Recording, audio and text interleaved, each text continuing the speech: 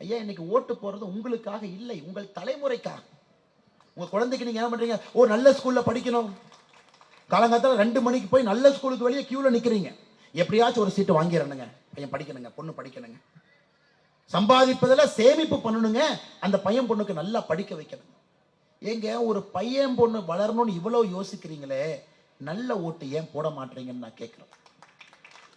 உங்கள் மகன் நல்லவனாக கெட்டவனாக வருவது ஒரு ஸ்கூல்ல இல்லைங்கம்மா. ஸ்கூல் எல்லாம் 2%. உங்கள் மகன் நல்லவனாக கெட்டவனாக வருவது எந்த நாட்டிலே எந்த பிரதமருக்கு கீழே வாழ்கின்றார்கள் என்பதுதான் தீர்மானிக்கும். ஒரு ஸ்கூலுக்காக போய் 2 மணிக்கு போய் கியூல நிக்கிறோம். நான் மூலம் வைக்கக்கூடிய 9வது கோரிக்கை, உங்கள் தலைமுறை நன்றாக இருக்க வேண்டும் என்றால் மோடி அவர்களுக்கு நீங்கள் வாக்களிக்க மறந்துருங்க. தலைமுறையை மோடி பார்த்துக்குவாருங்க ஐயா, நீங்க எதுவும் கவலைப்படாதீங்க. மோடி பார்த்துக்குவார், குடும்பத்தை பார்த்துக்குவார், அவர் பார்த்துக்குவார்.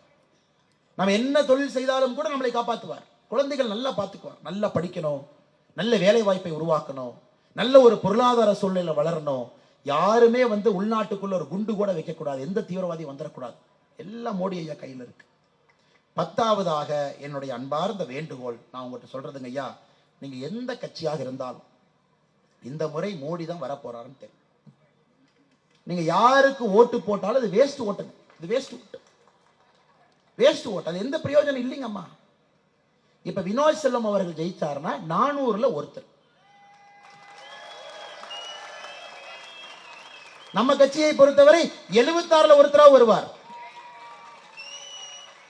இவங்க யாராச்சும் தப்பி தவறி ஜெயிச்சுட்டாங்கன்னா அதுக்கு முன்னிருக்கையில் இருக்கக்கூடிய 40ல் ஒருத்தர். 40 ஐயா, நமக்கு இன்னைக்கு மோடி அவர்கள் வரப்போறாங்கன்னு தெரியும் பொழுது எப்படி மோடி ஐயா கிட்ட வேலை வாங்கணும்னு நம்ம யோசிக்கணும் ஐயா. நான் உங்களை வேற எதுவுமே கேட்கலீங்க, மோடி ஐயாட்ட வேலை வாங்குங்க. சென்னைக்கு ஒரு 10,000 கோடியை கொண்டு வருவோம், முழுசா சரி பண்ணும், முழுசா சரி பண்ணும், முழுசா சரி பண்ணுவோம். யாருக்கெல்லாம் வீடு இல்லையோ அடுக்குமாடி வீடு கட்டி கொடுப்போம், எல்லாம் வீடு கட்டி கொடுப்போங்க ஐயா. அப்படித்தான் நீங்க யோசிக்கணும்.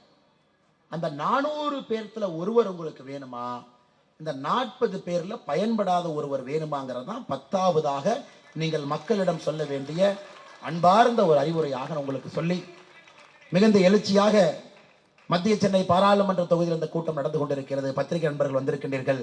அடுத்த 20 நாட்கள் கடுமையாக நம்முடைய சகோதரருக்காக உழைப்போம். அதன் பிறகு உரிமையாக கேட்போம்.